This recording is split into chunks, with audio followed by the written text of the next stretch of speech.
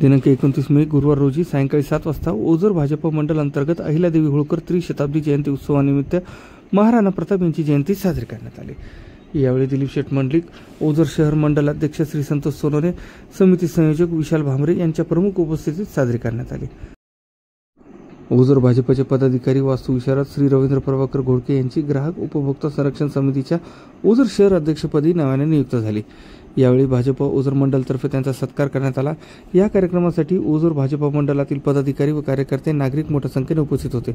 नंदुशेठ Nawandar, Ravindra P Ghodke, Rajendra आहेर, doctor Vinayak Khaire, Bhaskar Mandlik, Rupesh लुंगे, विजय तिडके, अशोक साळी, सचिन अग्रवाल, हरेश्वर अहिरे, शरीफ खाटिक, कैलास खैरे, कांचन दामट, सुनंदाताई कदम, वैशाली पगारे, भक्ती पालीवाल हे उपस्थित होते। यावेळी उपस्थित मान्यवरांनी दीप प्रज्वलन व प्रतिमा पूजन केले।